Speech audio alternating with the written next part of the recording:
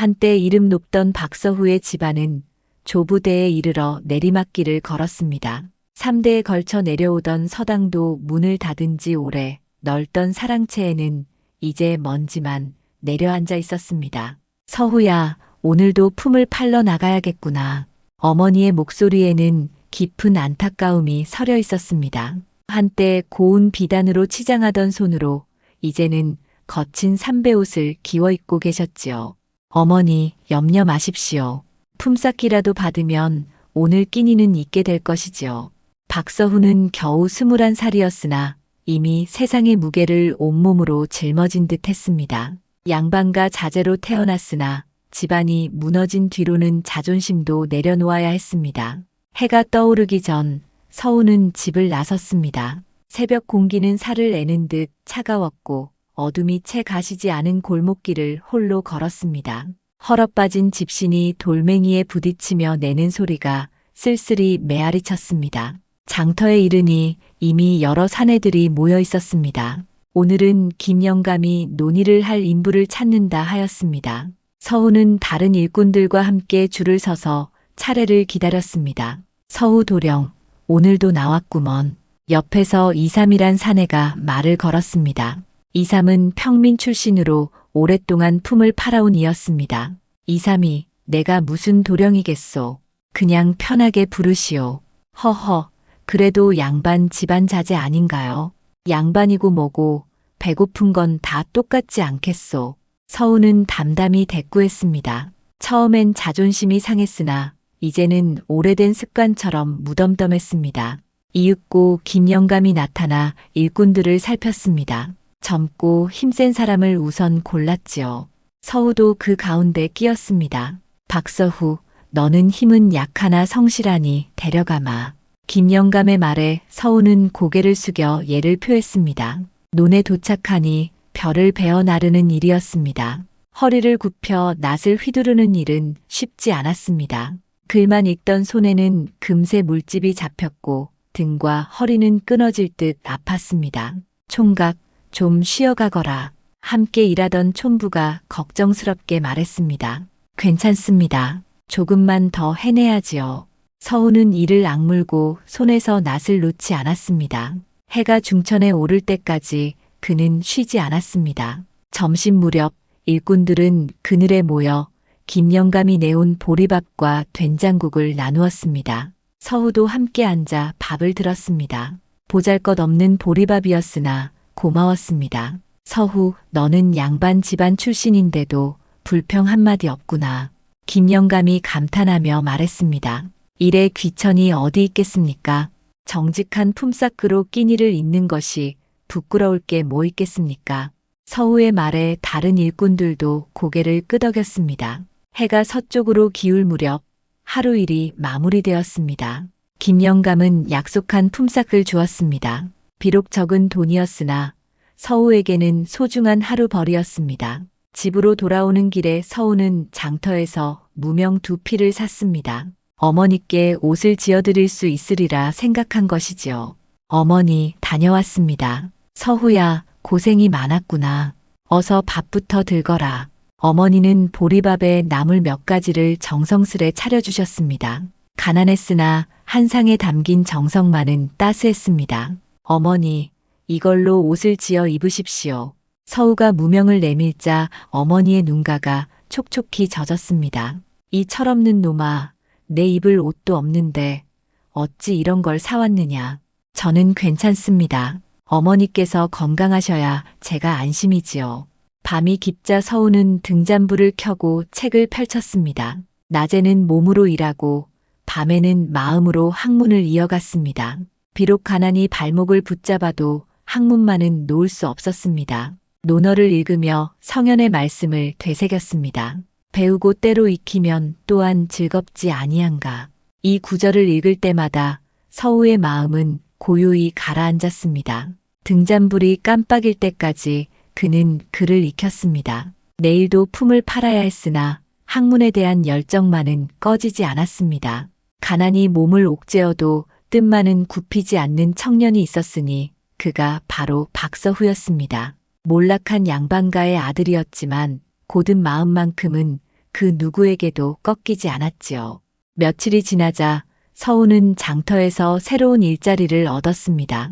이번에는 고을에서 가장 큰 포목점인 심가의 창고에서 무거운 포목 꾸러미를 나르는 일이었지요. 심가는 대대로 포목 장사를 해온 부유한 집안으로 주인 신봉달은 후한 인품으로 소문이 나 있었습니다. 일꾼들을 함부로 대하지 않아 다들 심가에서 품을 팔길 원했지요. 새로 오신 분이군요. 성함이 어떻게 되십니까? 창고 앞에서 심가의 머슴 총각 돌쇠가 서우에게 물었습니다. 박서후라 합니다. 아, 서우 형님이군요. 저는 돌쇠라 합니다. 앞으로 잘 부탁드리겠습니다. 돌쇠는 서우보다 나이는 어렸지만 이곳에서 오래 일한 터라 여러 가지를 친절히 알려주었습니다. 창고 안에는 온갖 포목이 층층이 쌓여 있었습니다. 명주, 모시, 무명, 300가지 색색의 천이 정갈하게 정리되어 있었지요.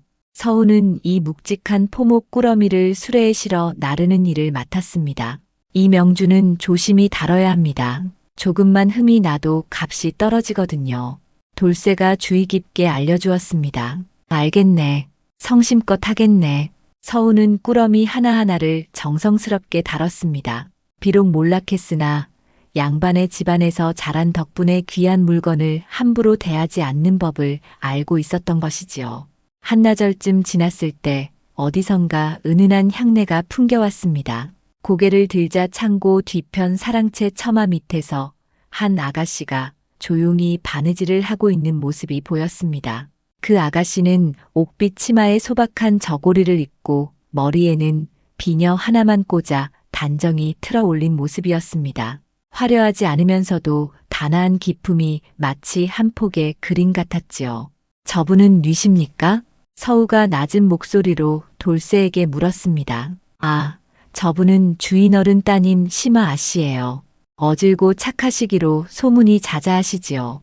돌쇠의 대답에 서우는 고개를 끄덕이고는 다시 일에 몰두했습니다. 그런데 신기한 일이 이어졌습니다. 며칠째 일을 하는 동안 점심 무렵이면 어김없이 깨끗한 물 한 사발과 주먹밥이 놓여 있는 것이었습니다. 이거 참 이상하네. 누가 이런 걸 챙겨주는 걸까? 서우가 돌쇠에게 물었습니다. 글쎄요. 저도 알 수가 없네요.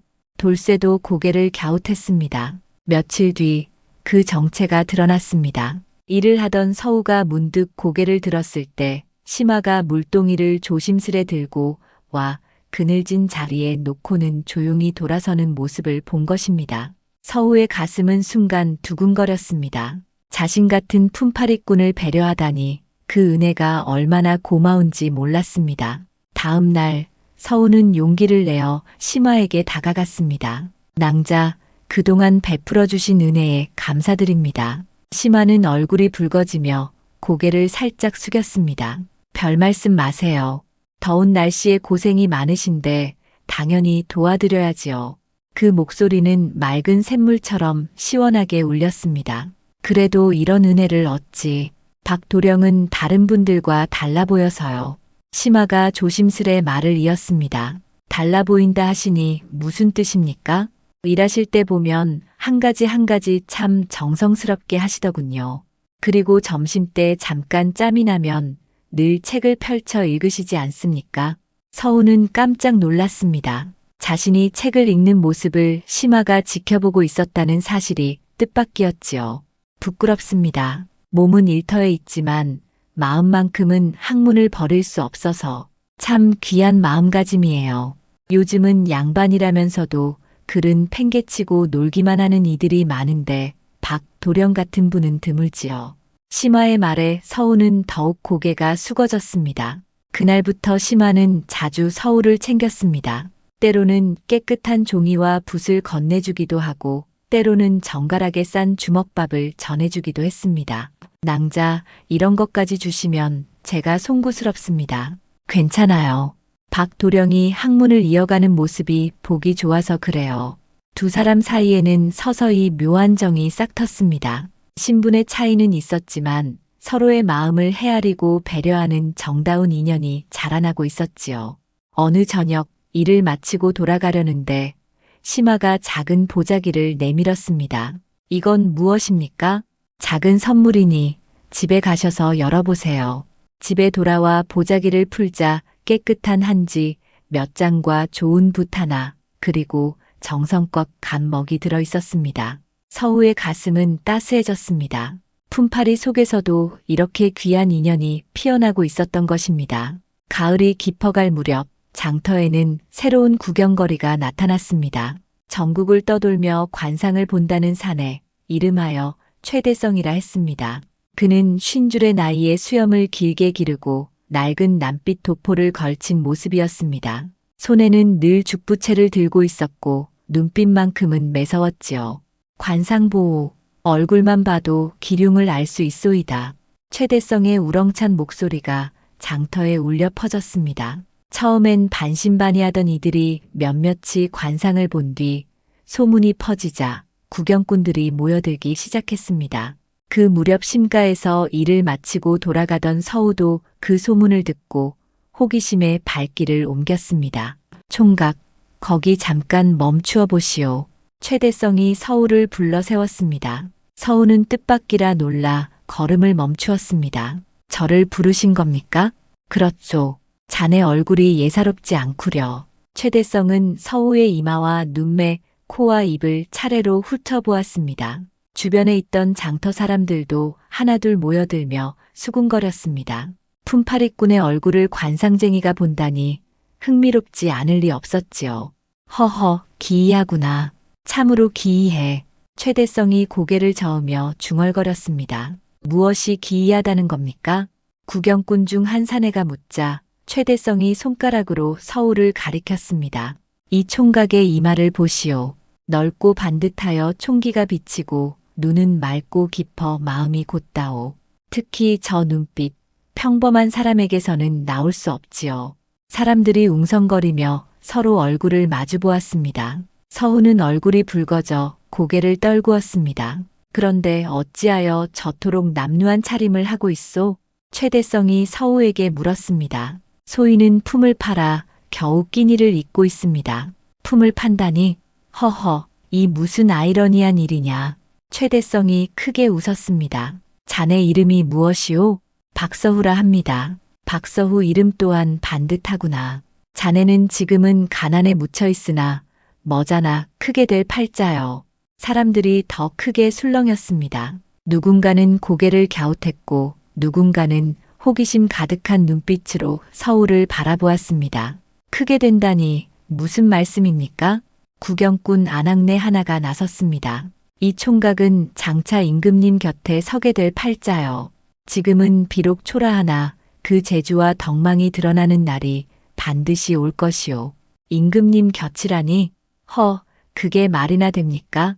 사람들은 더욱 웅성거렸습니다. 가난한 품팔이꾼이 임금 곁에 선다니 쉽게 믿을 수 없는 말이지요.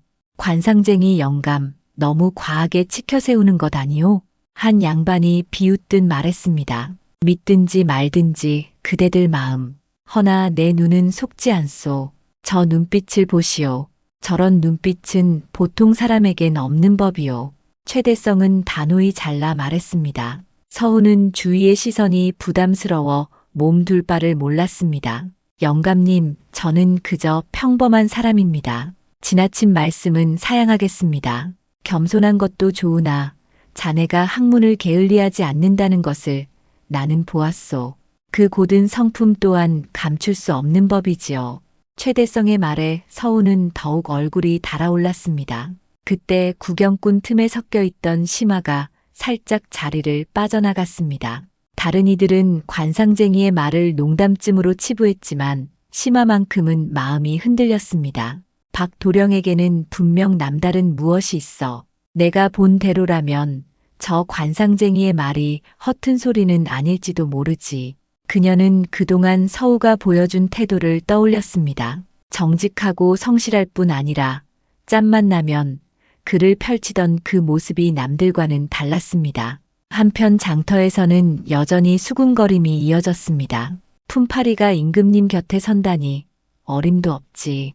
그래도 저 관상쟁이 영감이 마치는 경우가 많다던데. 허허, 아무리 그래도 그건 지나치지. 서우는 이내 사람들의 시선을 견딜 수 없어 발길을 돌렸습니다. 집으로 향하는 길에 그의 마음은 뒤엉켜 있었습니다. 임금님 곁에 선다니 그런 일이 내게 있을 리 있나. 곧 고개를 저으며 스스로를 다잡았습니다. 당장 내일 끼니부터 걱정인데 어찌 큰 뜻을 품겠습니까? 그러나 최대성의 말은 이미 장터를 넘어 고을 곳곳에 퍼져나가고 있었습니다. 믿는 자도 있었고 비웃는 자도 있었지만 분명한 것은 박서후라는 이름이 사람들 입에 오르내리기 시작했다는 것이었지요. 운명의 수레바퀴는 그렇게 소리 없이 굴러가기 시작했습니다.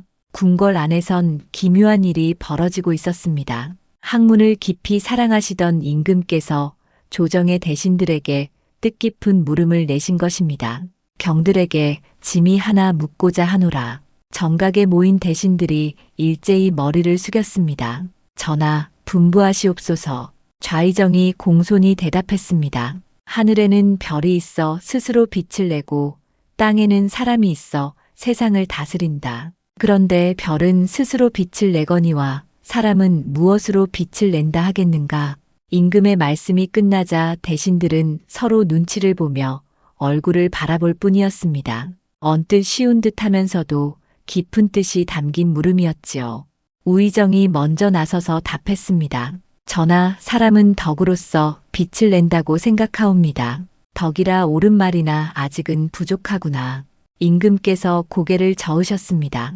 이조 판서가 곧 이어 말했습니다. 전하, 학문으로서 빛을 낸다 사료되옵니다. 학문 또한 귀한 것이나 완전하지 못하다. 그 뒤로 병조 판서, 호조 판서, 형조 판서까지 차례차례 의견을 내었으나 임금께서는 모두 고개를 저으셨습니다. 경들의 답은 저마다 옳은 면이 있으나 과인이 원하는 답은 아니로다. 좀 더 깊이 헤아려 보라. 며칠이 지나도록 어느 신하도 속 시원한 답을 내지 못했습니다. 이 이야기는 곧 궁궐 밖으로 번져나갔습니다. 성균관의 유생들 사이에서도 이 문제가 화제가 되었습니다. 각지에서 올라온 선비들이 밤늦도록 토론을 이어갔으나 누구도 명쾌한 결론을 내리지 못했습니다. 별은 스스로 빛을 내건만 사람은 무엇으로 빛을 낸다 하시는 걸까? 덕도 아니고 학문도 아니라 하셨으니 혹 마음이 아닐까? 아니면 진리를 좇는 게 아닐까? 밤마다 이런 말들이 오갔지만 누구도 확신하지 못했습니다. 이 소문은 드디어 지방으로까지 퍼져나갔습니다. 각 고을의 수령들까지도 머리를 싸맸고 지방 양반들 사이에서도 큰 화제가 되었습니다. 서우가 사는 고을에도 그 이야기가 전해졌습니다. 한양에 다녀온 한 양반이 주막에서 술을 기울이며 말을 꺼낸 것이었지요. 전하께서 내신 수수께끼가 있다 하더이다. 조정 대신들조차 답을 찾지 못했다 하던데 어떤 물음이기에 그렇습니까? 주막 주인이 물었습니다. 하늘의 별은 스스로 빛을 내거니와 땅의 사람은 무엇으로 빛을 내느냐는 것이지. 허허, 참으로 심오한 말씀이로군요. 옆자리에 앉아있던 최대성이 귀를 기울였습니다. 떠돌며 온갖 견문을 쌓은 그였지만 이런 문제는 처음이었습니다. 덕이라 하여도 학문이라 하여도 아니 된다 하시니 과연 무슨 답을 찾으시는 걸까?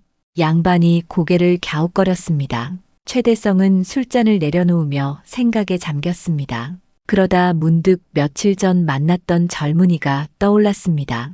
박서후 그 청년이라면 혹시 이 수수께끼를 풀 수 있지 않을까?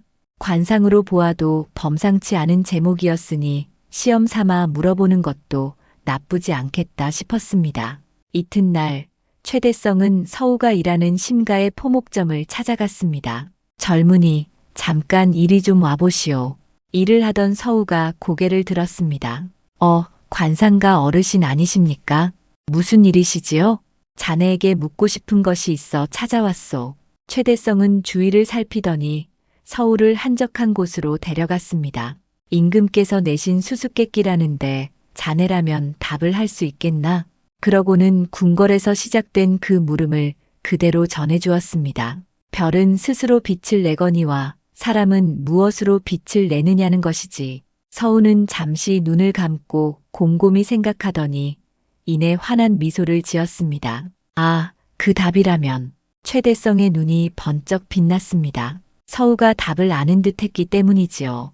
이리하여 임금의 수수께끼는 뜻밖의 인연을 만들어내고 있었습니다. 궁궐에서 시작된 하나의 물음이 전국을 떠들썩하게 만들고 마침내 작은 고을의 한 청년에게까지 닿은 것입니다. 운명의 실은 그렇게 서서히 얽히기 시작했습니다. 최대성은 서우의 얼굴빛을 보며 가슴이 두근거렸습니다. 조정 대신들도 풀지 못한 그 물음의 답을 이 젊은이가 알고 있는 듯 보였기 때문이지요.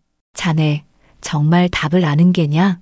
예, 그 문제라면 제 나름대로 답이 보입니다. 서우가 차분히 대답했습니다. 그렇다면 어서 말해보게. 최대성이 다급히 재촉했습니다. 하늘의 별은 스스로 빛을 내지만 땅의 사람은 서로를 비추며 빛을 냅니다. 별은 혼자 빛나나 사람은 서로 도울 때 참된 빛이 나는 것이지요.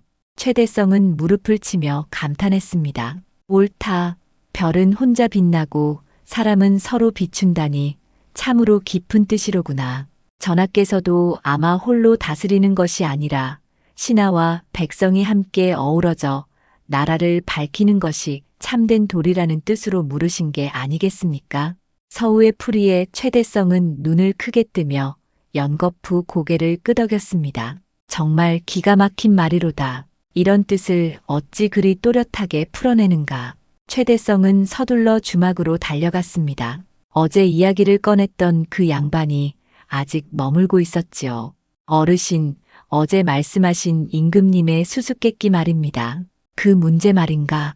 어찌 되었소? 답을 아는 이가 있었습니다. 양반이 놀라 자리에서 일어났습니다. 정령이요? 누가 그 어려운 문제를 풀었다는 말이오? 이 고을의 젊은이 박서후라 합니다. 그 답은 이러합니다. 최대성이 서우에게서 들은 말을 전했습니다. 별은 홀로 빛나지만 사람은 서로를 비춰 빛난다. 허허, 이거야말로 진정한 답이로다. 양반은 크게 감탄하며 손뼉을 쳤습니다. 그 젊은이가 참으로 그런 답을 했다 말이오? 그렇습니다. 박서후, 그 이름을 잊지 마시길 바라오. 양반은 곧 길을 떠날 준비를 했습니다. 이 소식을 한양에 있는 친족들에게 전해야겠다 마음먹은 것이지요. 며칠 뒤 한양에 도착한 양반은 성균관에 있는 조카를 찾았습니다. 삼촌, 어쩐 일로 이렇게 급히 오셨습니까? 임금께서 내신 수수께끼 말이다. 답을 아는 이를 만났노라. 정말입니까? 누가 그 답을 냈단 말씀이십니까? 지방의 젊은이 박서후라 하는데 그 풀이가 참으로 절묘하더구나. 조카는 삼촌의 말을 듣고 크게 놀랐습니다. 성균관 유생들이 며칠째 밤을 지새우며도 찾지 못한 답을 지방의 한 젊은이가 내놓았다니 믿기 어려웠던 것입니다. 삼촌, 그 답을 다른 이들에게 알려도 되겠습니까? 그럼 어찌 홀로만 간직하겠느냐. 곧 조카는 성균관 동료들에게 이 소식을 전했습니다. 참으로 훌륭한 답이로다. 어떻게 이런 깊은 뜻을 알아냈을까? 박서후 그 이름은 기억해 두어야 하겠네. 이 소문은 성균관을 넘어 한양 곳곳에 번져나갔습니다. 선비들의 모임에서, 관리들의 술자리에서, 우물가에 모인 부녀자들의 이야기 속에서도 박서후의 이름이 오르내렸습니다. 마침내 궁궐에까지 이 말이 전해졌습니다. 한 내관이 조심스레 아뢰었습니다. 전하, 민간의 전하의 물음에 답을 낸 이가 있다 하옵니다. 임금께서 눈길을 주셨습니다. 그래, 어떤 답을 내었다 하느냐? 별은 홀로 빛나나 사람은 서로를 비춰 빛낸다 하옵니다. 임금은 잠시 생각에 잠기셨다가 미소를 지으셨습니다. 옳도다. 짐이 바란 답이 바로 그것이었노라. 내관이 다시 고개를 숙였습니다. 더구나 그 답을 맨 처음 말한 이는 지방의 젊은이라 하옵니다. 이름은 박서후라 하더이다. 임금께서는 그 이름을 마음에 새기셨습니다. 박서후라 좋은 이름이구나.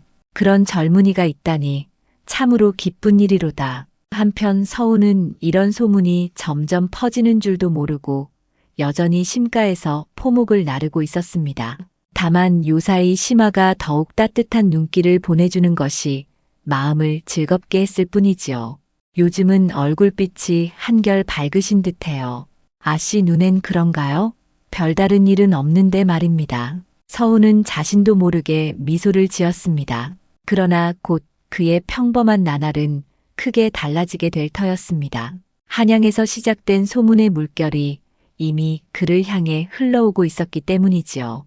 며칠 뒤 고을에 큰 소식이 돌았습니다. 한양에서 사관 하나가 급히 내려왔다는 것입니다. 그는 임금의 전교를 받들어 수수께끼의 답을 아는 자를 대궐로 데려오라는 명을 가지고 내려왔지요.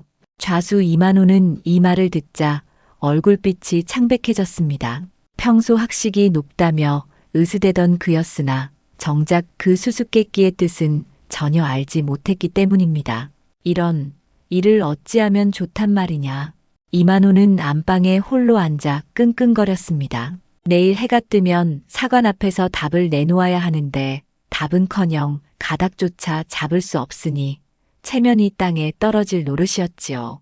그때 사환 복동이가 조심스레 문을 열고 들어왔습니다. 날이 소인이 한 말씀 올려도 되겠습니까? 무슨 말이냐? 어서 내보아라. 박서후라는 사내를 아시는지요? 박서후? 그게 누구냐? 요즘 장터에서 자자한데 그자가 임금님 수수께끼의 답을 알았다고들 합니다. 최대성 영감이 직접 들었다고 하더이다. 이만호의 눈이 번쩍 뜨였습니다. 정령이냐? 그놈이 답을 안다 말이냐? 예, 나리. 이만호는 잠시 생각하더니 입가에 교활한 미소를 띄었습니다. 그렇다면 그놈을 당장 데려오너라. 예, 나리. 복동이는 곧장 달려가 서울을 찾았습니다. 서훈은 마침 심가에서 일을 마치고 돌아가는 길이었습니다. 박서후라 하는 이가 너냐? 그렇습니다만 좌수 나리께서 급히 부르시니 어서 따라오너라. 서훈은 영문도 모른 채 복동이를 따라갔습니다. 품팔이꾼인 자신을 좌수가 찾을 리 없으니 마음이 어수선했지요. 이만호의 집에 이르자 좌수는 위엄을 차린 채 앉아 있었습니다. 곁에는 붓과 벼루, 종이가 벌써 놓여 있었습니다. 내가 박서후냐? 예, 소인이 박서후입니다. 들으니 임금님 수수께끼의 답을 아는 자가 바로 너라더구나. 서훈은 깜짝 놀랐습니다. 자신이 최대성에게 한 말이 벌써 이만호의 귀에까지 들어간 것이었지요. 그런 이야기가 오가기는 했습니다만 좋다. 그 답을 나에게 말하라. 답을 말씀드리는 것은 어렵지 않지만 어찌하여 저를 한양에서 사관이 내려와 답을 아는 자를 찾고 있다. 내일 새벽 만나기로 했는데 내가 답을 내었다 하고 너는 내 옆에서 가만히 있거라. 이만호의 말에 서훈은 눈을 크게 떴습니다. 날이 소인이 직접 아뢰면 되는 것 아니겠습니까? 감히 내 주제에 어찌 사관을 뵙겠느냐. 이만호가 버럭 호통을 쳤습니다. 내가 답을 냈다 하고 너는 뒤에서 가만히 있으면 된다. 공연히 입을 놀리지 마라. 서훈은 차마 수긍하기 어려웠습니다. 명백한 거짓을 돕는 것이니 마음이 무거웠지요. 나릭하지만 나중에 들통이라도 나면 들통이 날 까닭이 무엇이 있느냐. 답만 알면 그만이지. 어서 말해라. 내가 외워두겠다. 서훈은 깊은 한숨을 내쉬었습니다. 도리에는 어긋나지만 좌수의 강압을 뿌리칠 길이 없었습니다. 별은 홀로 빛나나 사람은 서로 비춰 빛을 낸다. 그것이 제가 생각한 답입니다. 아, 그렇구나. 이 얼마나 쉬운 말인가. 이만호는 흡족해하며 종이에 적어두고는 몇 번이고 소리내어 외웠습니다. 내일 닭이 울기 전에 관하로 오너라. 그리고 명심해라. 절대로 내가 답을 냈다 말하지 마라. 나리, 닥치고 내 말대로 하라. 어서 물러가거라. 서훈은 무거운 발걸음으로 집으로 향했습니다. 이 일을 어머니께 말씀드려야 할지 아니면 혼자 짊어져야 할지 마음이 착잡했습니다. 한편 이만호는 홀로 남아 종이에 적힌 글귀를 똑똑히 되뇌었습니다. 별은 혼자 빛나고 사람은 서로 비추며 그렇지. 이 정도면 완벽하다. 그는 내일 사관 앞에서 자신이 답을 낸 양 행세하며 큰 소리칠 생각에 잠을 이루지 못했습니다. 이번만 잘 넘기면 내 이름이 한양까지 퍼질 것이다. 벼슬길이 열릴 수도 있지 않겠느냐.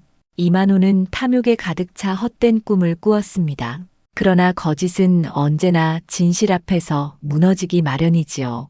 새벽 닭이 울기도 전 서우는 무거운 발걸음으로 관아로 향했습니다. 좌수의 명을 거역할 수는 없었으나 마음은 이미 천근만근이었지요. 관아 마당에 이르니 이만호가 먼저 와 있었습니다. 왔구나. 잊지 마라.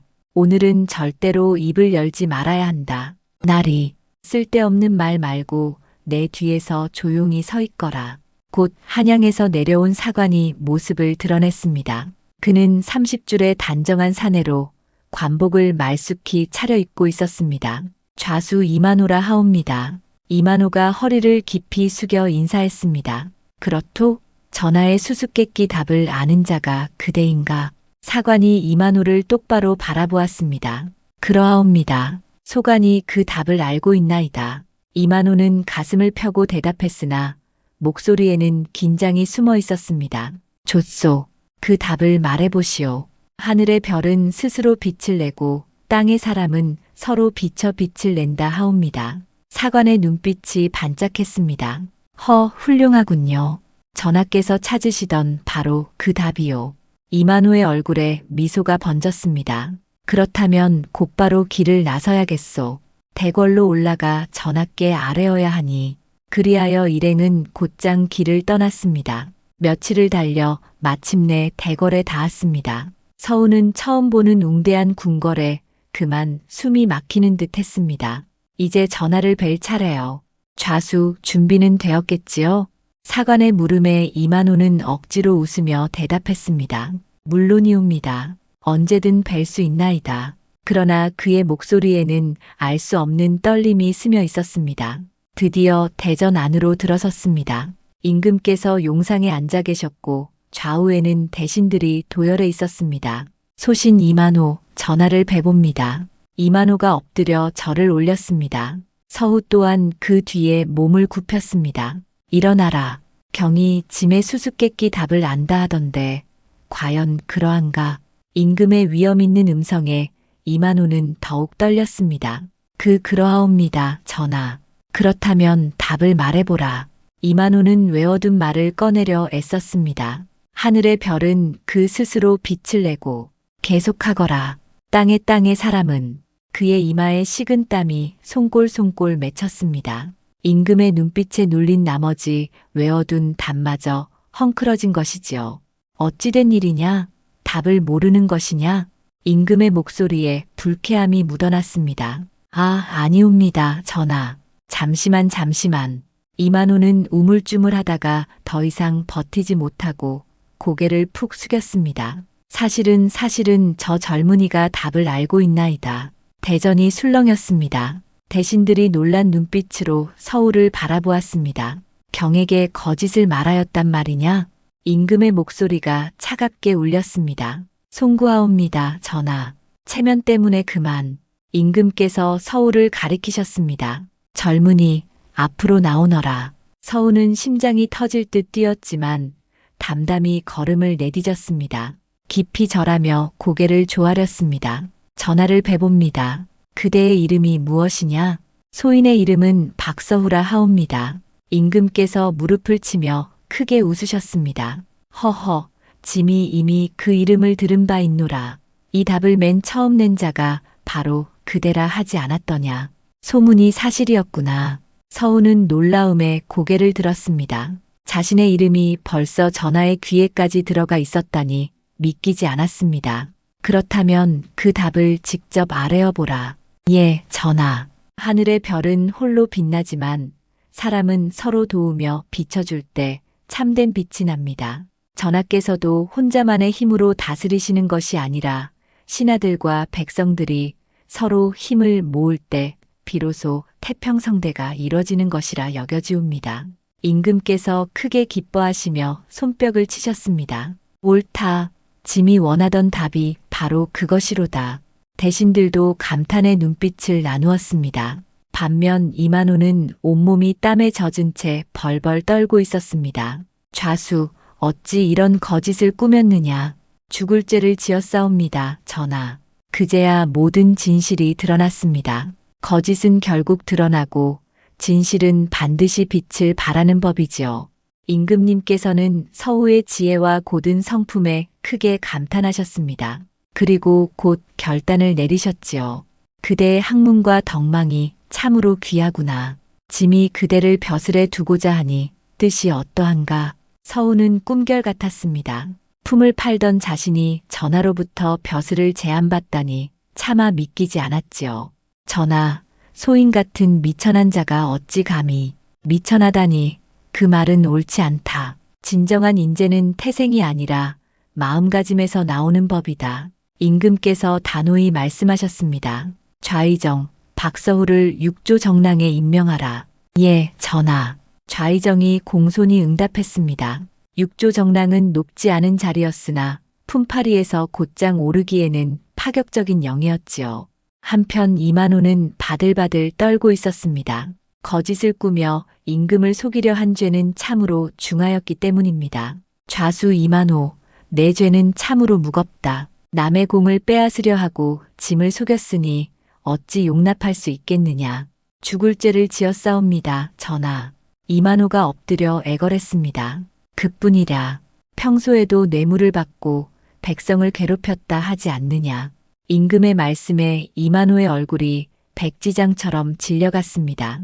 좌수 자리에서 물러나게 하고 재산은 몰수하여 국고에 돌리라. 그리고 고향으로 내쫓아 다시는 벼슬에 오르지 못하게 하라. 전하, 이만호가 울부짖었으나 임금의 뜻은 이미 확고했습니다. 며칠 뒤 서우는 새 관복을 입고 관아에 들어섰습니다. 한때 자신을 하찮게 여기던 이들이 이제는 정랑님이라 부르며 공손히 예를 올렸습니다. 무엇보다 기쁜 것은 어머니를 편히 모실 수 있게 된 일이었습니다. 어머니, 이제는 품팔이 걱정 마시고 편히 지내십시오. 서후야, 이게 다 꿈만 같구나. 어머니는 눈물을 훔치며 기뻐하셨습니다. 고향을 떠나기 전 서우는 심화를 찾아가 인사드렸습니다. 박도령, 아니, 이제는 정랑님이시군요. 심화가 수줍게 웃었습니다. 저는 언제까지나 낭자 앞에서는 여전히 서우일 뿐입니다. 심화의 얼굴에 붉은 기가 돌았습니다. 정말 축하드려요.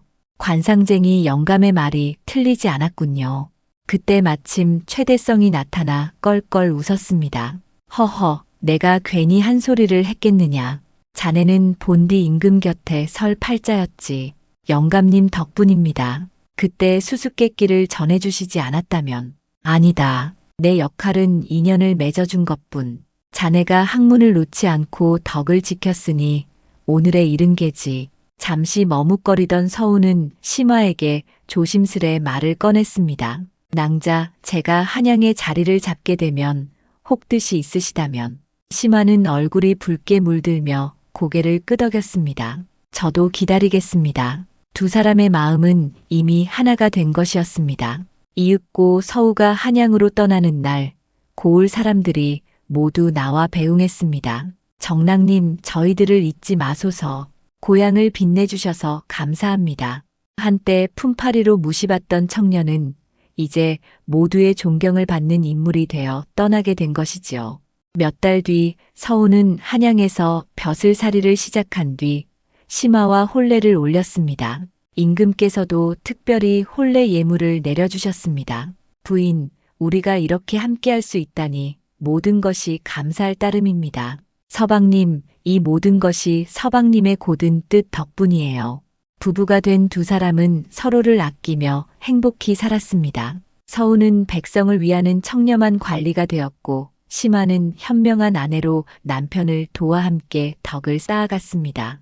반면 이만호는 모든 재산을 잃고 고향으로 쫓겨난 뒤 쓸쓸한 말년을 보냈습니다. 한때 권세를 휘둘렀으나 이제는 누구 하나 거들떠보지 않았습니다. 고을 사람들은 그 일을 두고 서로 말했습니다. 탐욕과 거짓은 반드시 무너지고 정직과 학문은 결국 빛을 보는구나. 가난해도 뜻을 굽히지 않고 학문을 이어가면 하늘이 돕는다는 말이 참말이로다. 이리하여 박서후의 이야기는 권선징악의 결말로 맺어졌습니다.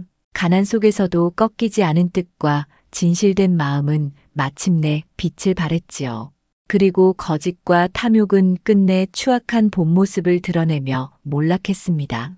오늘날까지도 사람들은 이 이야기를 들으며 깨닫습니다.